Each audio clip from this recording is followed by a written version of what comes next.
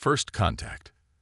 The Grand Marshal of the Valkyrie Empire, Nexus Krell, stood on the command deck of his flagship, the Eternal Dominion. His 4 eyes narrowed as he studied the approaching vessel on the main view screen. It was small, almost laughably so compared to the massive warship he commanded. "Magnify," he ordered, his voice a low rumble that vibrated through his chitinous exoskeleton. The image zoomed in on the approaching ship. It was sleek but unremarkable, bearing the emblem of the Galactic Cooperative, an organization the Valkyrie Empire had largely ignored until now. They sent one ship. First Lieutenant Vex asked, mandibles clicking in what passed for amusement among their kind. "Have they not heard of the 17 systems we've conquered this cycle alone?" Krell's upper limbs twitched slightly. "What species pilots this vessel?" "Humans, Grand Marshal," replied the sensor officer. "A bipedal mammalian species from a mid-range death world designated Sol 3. "Humans," Krell repeated, the unfamiliar word feeling strange in his mouth. "Deathworlders." "Yes, sir. Though Class II only, hardly comparable to the Drenax or Morgathi." Krell had encountered both those species before. Fearsome warriors from high-gravity worlds with natural armor and deadly appendages. They had still fallen to the Valkyrie, though not without cost. And what do these humans want with Outposts Zeta 9? They claim the planet falls under cooperative protection. They've sent a single diplomatic representative to negotiate terms. Laughter rippled across the command deck. The Valkyrie had claimed the mineral-rich planetoid 3 cycles ago, displacing its primitive inhabitants with minimal effort. Now the cooperative was challenging their claim with one small ship and a lone diplomat. "Allow them to dock," Krell decided. "I'm curious to see what these Deathworlders believe they can accomplish here. Prepare a security detail. 10 warriors should suffice." The human ship docked with predictable precision. Krell, accompanied by his elite guard, waited in the reception chamber.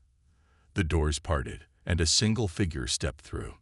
The human was smaller than Krell had expected, standing barely 2/3 his height. "It's she," Krell corrected himself, recalling the briefing on human dimorphism. "Wore no armor, just a simple gray uniform with the cooperative insignia. Her skin was a pale tan, her hair dark and pulled back tightly." "Grand Marshal Krell," she said, her voice steady. "I am Ambassador Sarah Chen of the Galactic Cooperative. Thank you for agreeing to meet with me." Krell towered over the human, his guards forming an intimidating semicircle behind him. "Ambassador, you've traveled far to discuss a matter that has already been settled. Zeta 9 belongs to the Valkyrie Empire now." "That's precisely what I'm here to discuss," Chen replied, seemingly unintimidated by the display of force. "According to cooperative regulations, Zeta 9, or Theron, as its native inhabitants call it, falls under protected status." "The Valkyrie Empire doesn't recognize your regulations," Krell responded. "We claim by right of strength. The native species posed no challenge." Chen's expression remained neutral. "The Theronians are a peaceful agricultural society. They weren't equipped to resist military conquest." "Then they deserve to lose their world," Krell declared. "This is the way of the galaxy. The strong claim, the weak submit. And if someone stronger comes along?" Chen asked. Krell's 4 eyes blinked in sequence, a sign of amusement. "Are you suggesting humans are stronger than the Valkyrie? You who have no natural armor, no claws, no venom sacs. I could kill you where you stand before your neurological system could even register pain." "You could," Chen agreed with surprising calm. "But that wouldn't be very diplomatic, would it?" Something in her tone made Krell pause.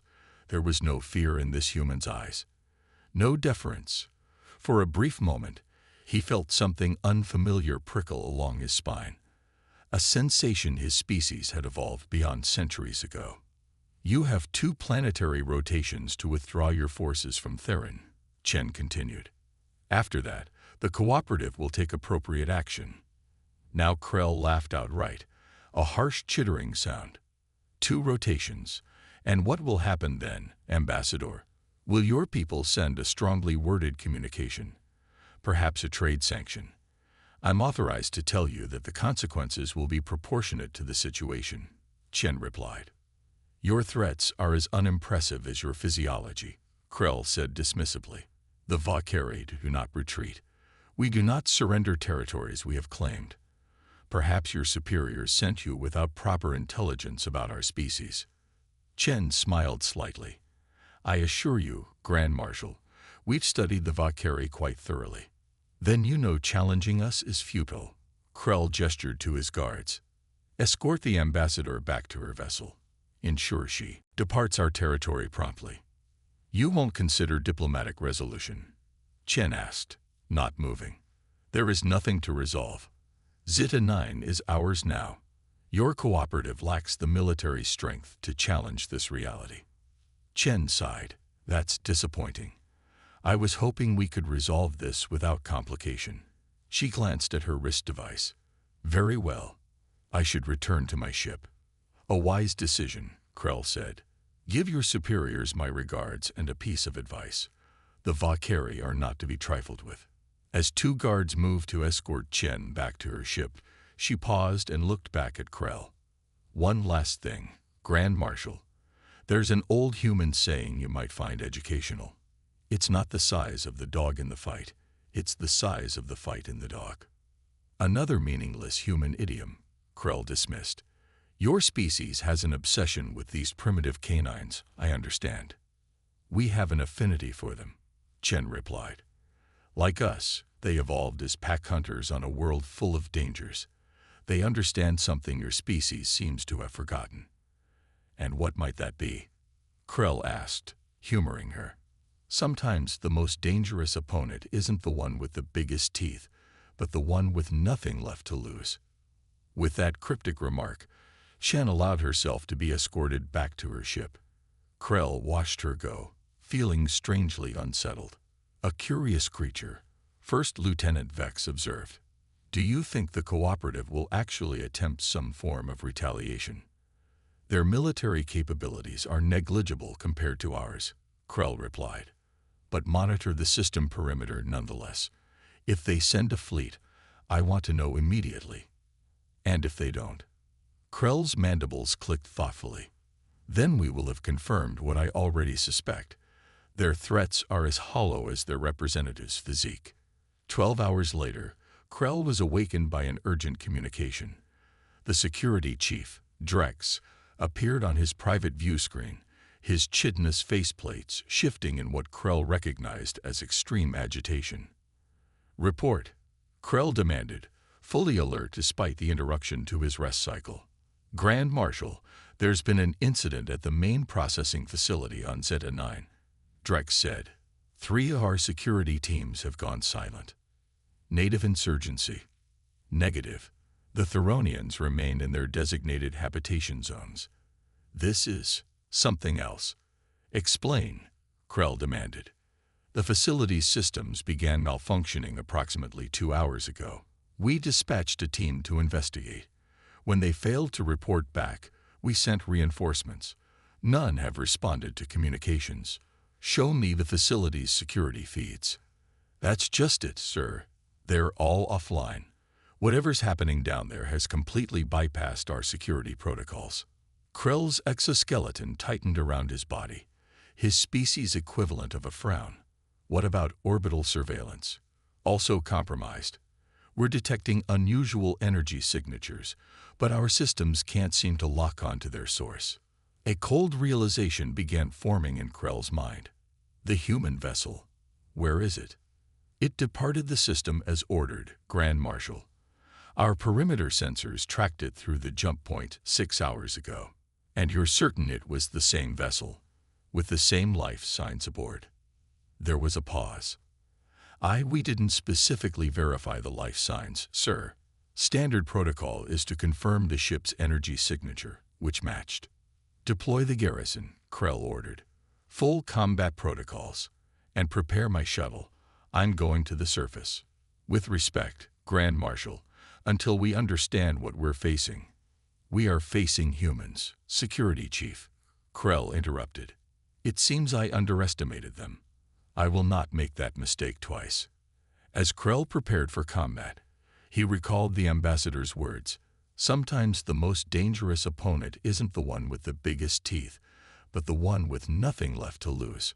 Perhaps there was more to these Deathworlders than he had initially believed. He would soon find out, and the Valkyrie Empire would respond accordingly. The infiltration.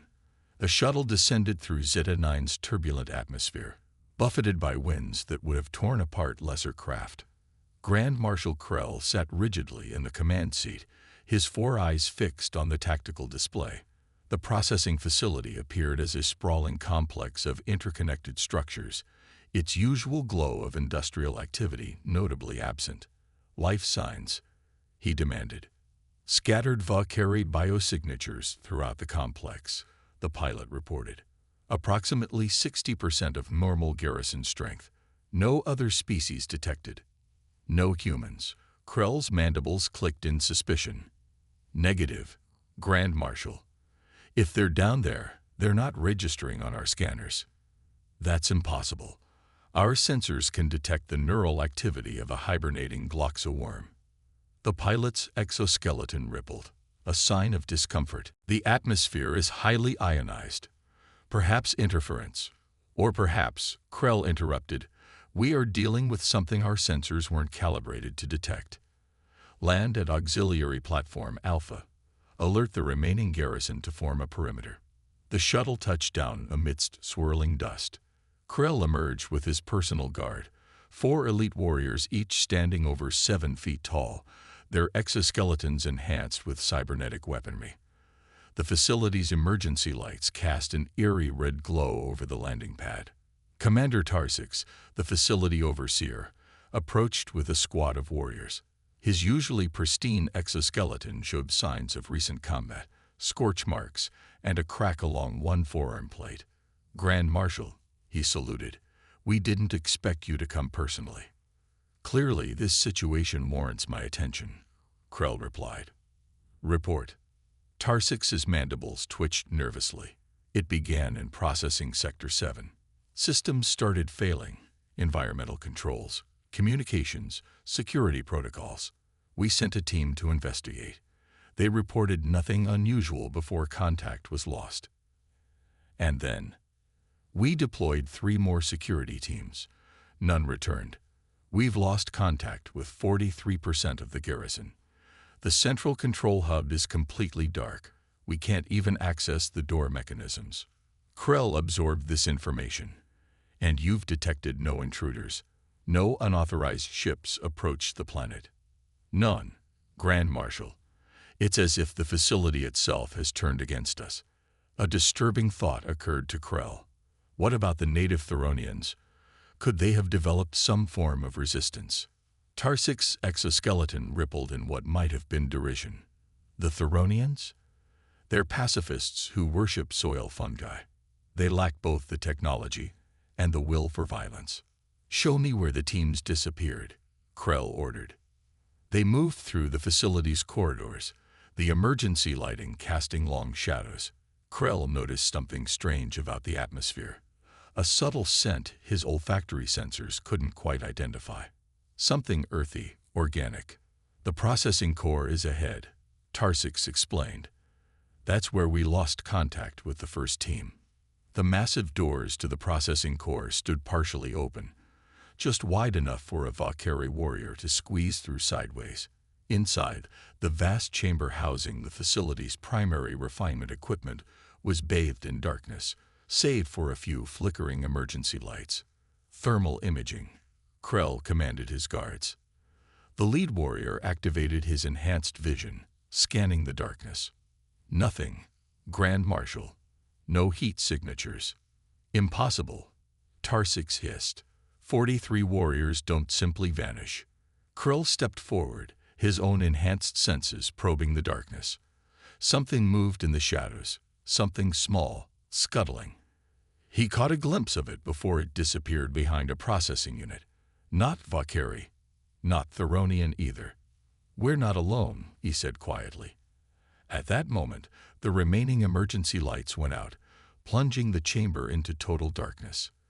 Even with their enhanced vision, the Valkyrie could see nothing but vague shapes and shadows. Defensive formation, Krell ordered calmly.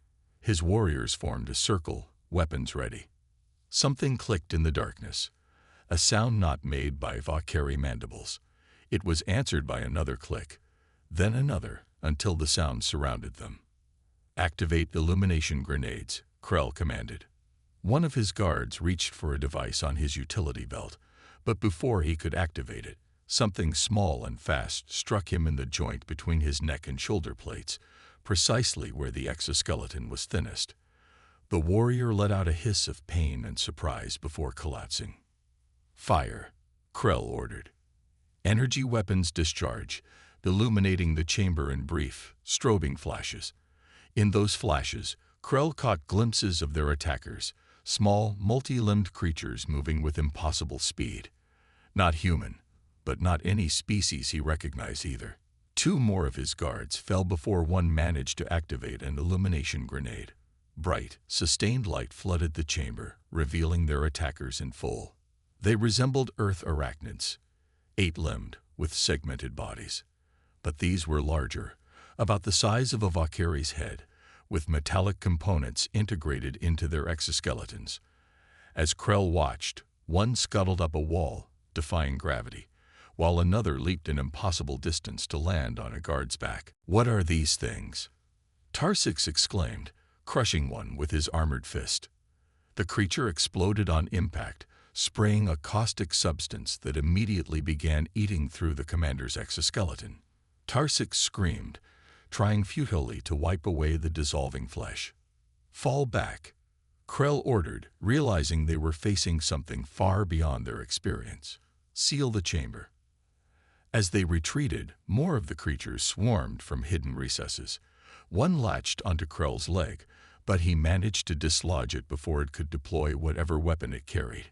Once his remaining forces were through the doorway, Krell activated the emergency containment protocol. Massive blast doors began to close, too slowly as several of the creatures skittered through the narrowing gap. "Return to the shuttle," Krell commanded. "We're evacuating." But Grand Marshal, one of his guards, protested.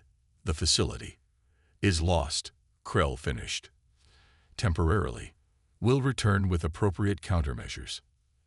As they moved through the corridors, Krell maintained communication with the orbital command ship. "Prepare for planetary bombardment," he ordered. "Target the processing facility only. We'll rebuild once the infestation is eliminated." "Understood, Grand Marshal. Targeting systems ready in 3 minutes." They had nearly reached the landing pad when a new sound echoed through the corridor ahead. Human voices. Krell signaled his remaining guards to halt and take cover. Around the corner came 2 humans in form-fitting black attire, carrying what appeared to be simple projectile weapons, ludicrously primitive compared to Valkyrie energy weapons. "Area 4 secure," one of the humans said into a wrist device. "Moving to extraction point." "Arachnids deployed successfully," the other reported. "Facility systems completely compromised." Krell activated his personal energy weapon, set it to maximum lethality, and stepped into the corridor. "Humans," he said, his voice vibrating with controlled rage. "I should have known." The humans turned, surprisingly unalarmed by the sight of an enraged Valkyrie Grand Marshal. The taller one actually smiled. "Grand Marshal Krell, I presume. Perfect timing. We were hoping to run into you." "You've made a grave miscalculation," Krell said, advancing slowly. "Your primitive weapons are no match for my armor, and orbital bombardment will begin in less than 3 minutes." The humans exchanged glances. "That's actually longer than we need," the shorter one said. "Could you let your ship know we've captured you? It'll save everyone a lot of trouble." Krell laughed, a harsh, chittering sound. "Captured? You're outnumbered, outgunned, and about to be vaporized from orbit." "About that," the taller human said, tapping something on his wrist. "We've taken the liberty of redirecting your targeting systems. The bombardment will now hit your command ship instead of the facility. Unfortunate, but you left us no choice." Impossible, Krell snarled. Our systems can't be hacked, the human finished. Yeah, we've heard that before. Look, we really don't have time to argue. Your options are simple. Order your forces to withdraw from Theron immediately, or watch everything you've built here burn. Krell raised his weapon. I will not be threatened by prey species. The shorter human sighed. They always want to do this the hard way. He tossed something small toward Krell, an object that skittered across the floor like one of the mechanical arachnids. Krell fired, vaporizing the device, only to realize too late it was a distraction. The corridor filled with blinding light and a high-pitched sonic pulse calibrated precisely to the frequency most painful to Valkyrie auditory systems. When Krell's vision cleared, he found himself on his knees, his guard similarly incapacitated. The human stood over him, looking remarkably unaffected. Specifically designed for Valkyrie physiology, the taller one explained. We've been studying you for quite some time. Who are you? Krell demanded, his usual commanding tone undermined by disorientation. Just representatives of the Galactic Cooperative, the shorter human replied. Ambassador Chen sends her regards, by the way. She was really hoping you'd choose the diplomatic option. A distant rumble shook the facility. That would be your command ship realizing their targeting systems have been compromised, the taller human said. They're attempting to abort the bombardment, but the override commands are complicated. What do you want? Krell asked, understanding for the first time that he was truly at their mercy. Exactly what Ambassador Chen told you. Withdraw from Theron. Immediately and completely. And if I refuse? The shorter human knelt down to meet Krell's gaze. Then we demonstrate exactly why species from Deathworlds are to be taken seriously. Those mechanical arachnids. Just a taste of what we can do. We have biological variants too, based on creatures from our world that have been evolving to kill efficiently for millions of years. You won't get off this planet alive, Krell threatened. We already have extraction planned, the taller human said. The question is whether you'll be leaving with your dignity intact or as an object lesson for the next Valkyrie commander who thinks humans are easy prey. For the first time in his long, distinguished career, Grand Marshal Krell felt fear, not for himself, but for the future of his empire. These humans fought unlike any species the Valkyrie had encountered. They didn't confront superior force directly. They circumvented it, turned it against itself. I will order a withdrawal, he finally said. But know this, the Valkyrie Empire does not forget. We will meet again. The humans exchanged glances once more. We're counting on it, the shorter one said. Next time, maybe try diplomacy first. It's less expensive for everyone involved. As Krell watched the humans walk away, he realized the Valkyrie would need to fundamentally reconsider their approach to expansion. These Deathworlders weren't simply another species to be conquered. They were a new type of threat entirely. And for the first time, he wondered if his empire had finally encountered an opponent they couldn't simply overwhelm. The Resistance. 3 standard months after the humiliating withdrawal from Zeta 9, Fleet Commander Vivek stood on the bridge of the Valkyrie dreadnought Inevitable Conquest, watching as the final preparations for the assault on the human colony world of New Terra were completed. All battle groups report ready, Commander, his first officer reported. 30 warships, positioned as ordered. Vivek's mandibles clicked in satisfaction. And the human defenses? Minimal. 1 orbital station, a handful of patrol vessels.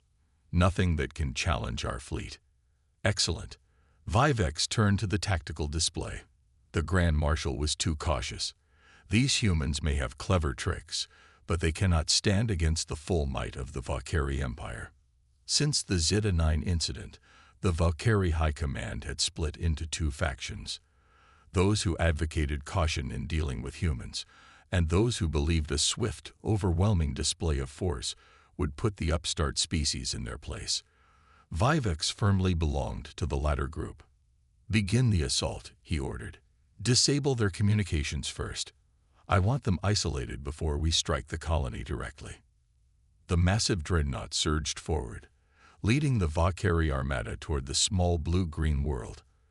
Unlike many colonies, New Terra had been terraformed to closely resemble Earth's environment, another sign of human weakness.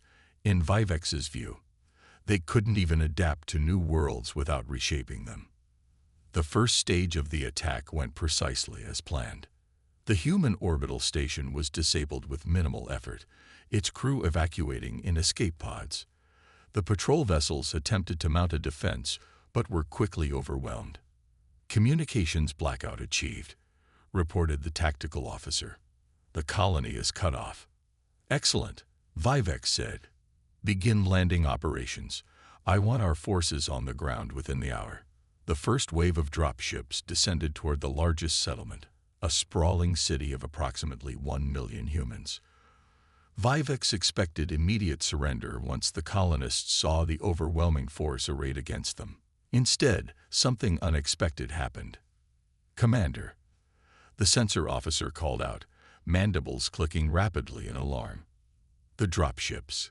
They're encountering some kind of atmospheric interference." Vivex moved to the sensor station. "Explain." "It appears to be particulate matter, highly reflective.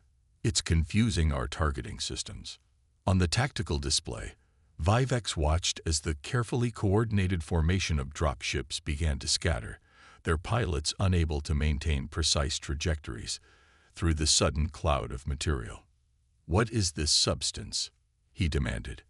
The science officer analyzed the readings. "Metallic particles, Commander. Extremely fine, suspended in the upper atmosphere.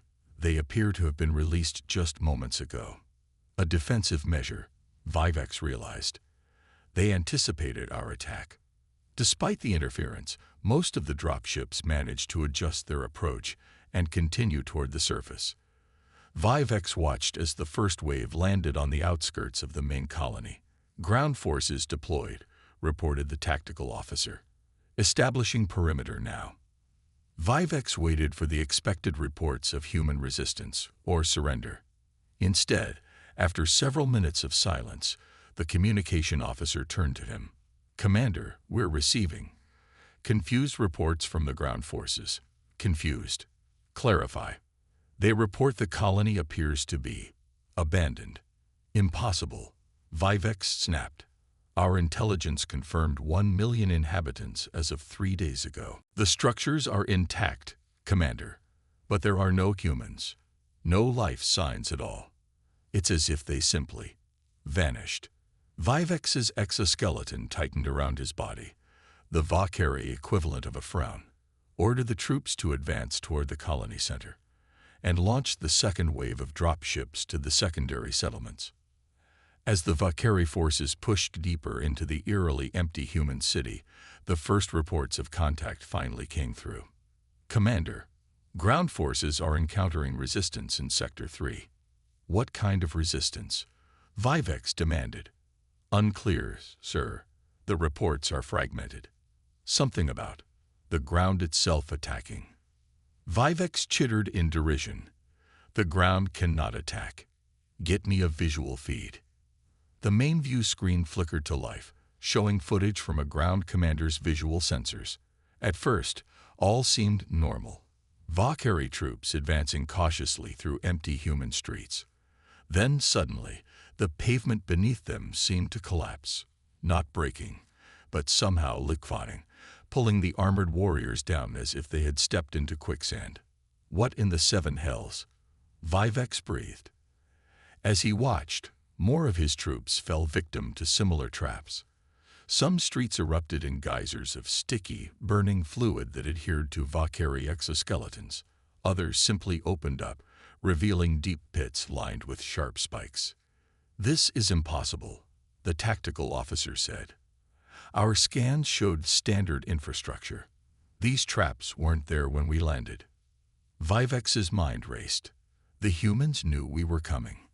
They prepared the entire colony as a trap. "But where are they?" his first officer asked. "Our sensors detect no human life signs within 50 kilometers of the main settlement."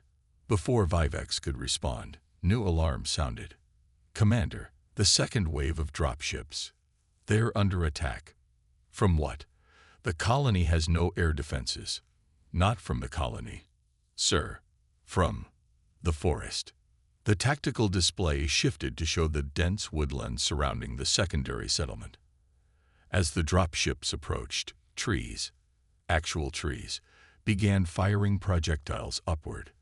Not energy weapons or conventional missiles, but some kind of organic pods that exploded on contact with the ship's hulls, releasing clouds of corrosive spores. 3 dropships went down immediately, their systems fatally compromised. The others veered away, trying to find safe landing zones, only to encounter more of the weaponized flora. How is this possible? Vivex demanded. Plants cannot be weapons. The science officer studied the readings. These aren't natural plants, Commander. They appear to be bioengineered. The humans have modified the local ecology to serve as a defense system. Fall back, Vivex ordered. All ground forces return to the dropships. We need to regroup and... Sir, the communications officer interrupted. We're receiving an incoming transmission.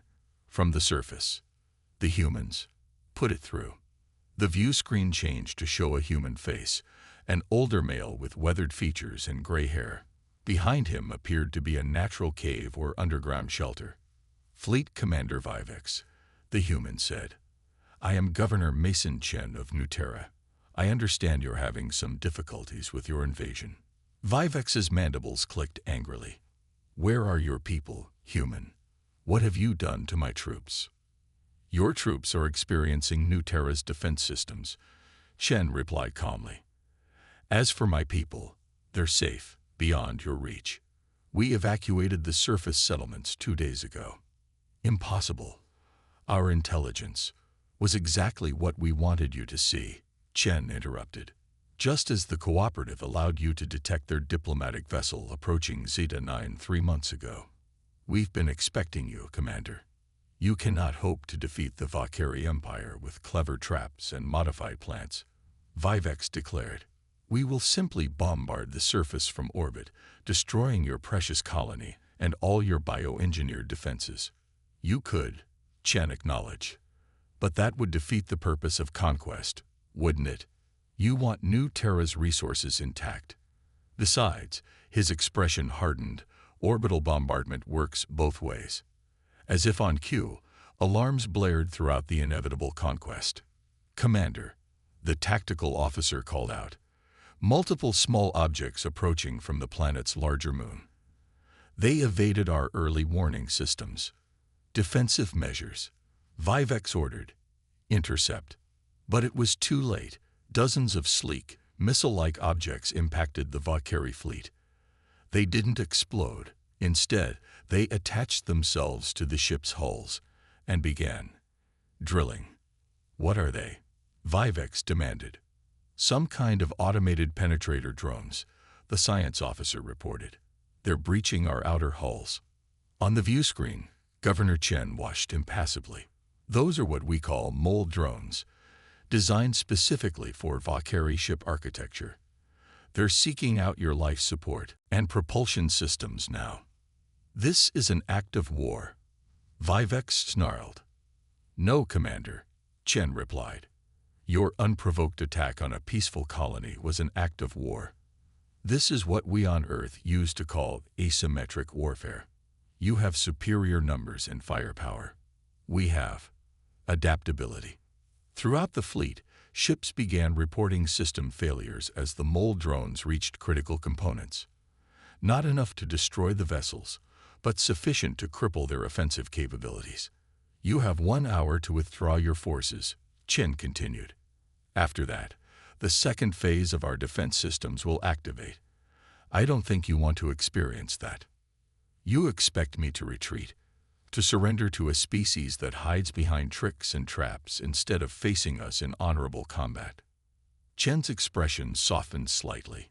Commander, I understand this is difficult for you to grasp.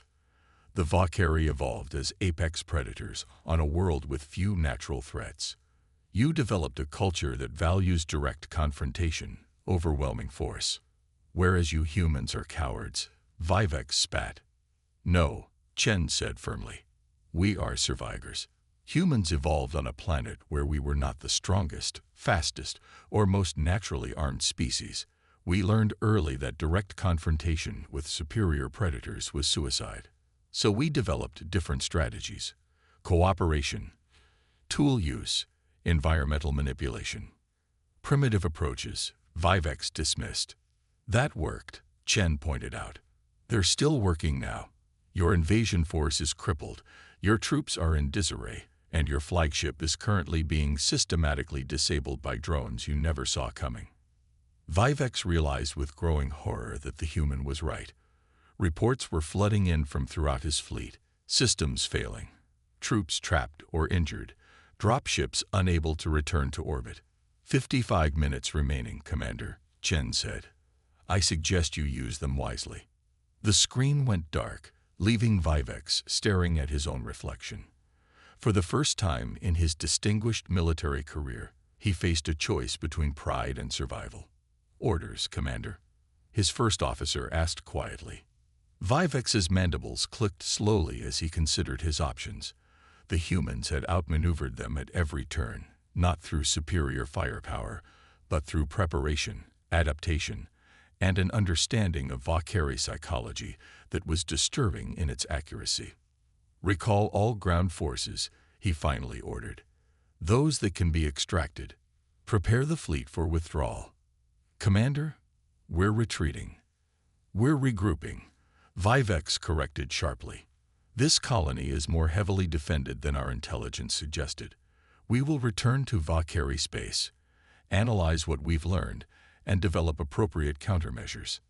As the crippled fleet limped away from Mutera, Vivex stared at the seemingly peaceful blue-green world receding on the view screen.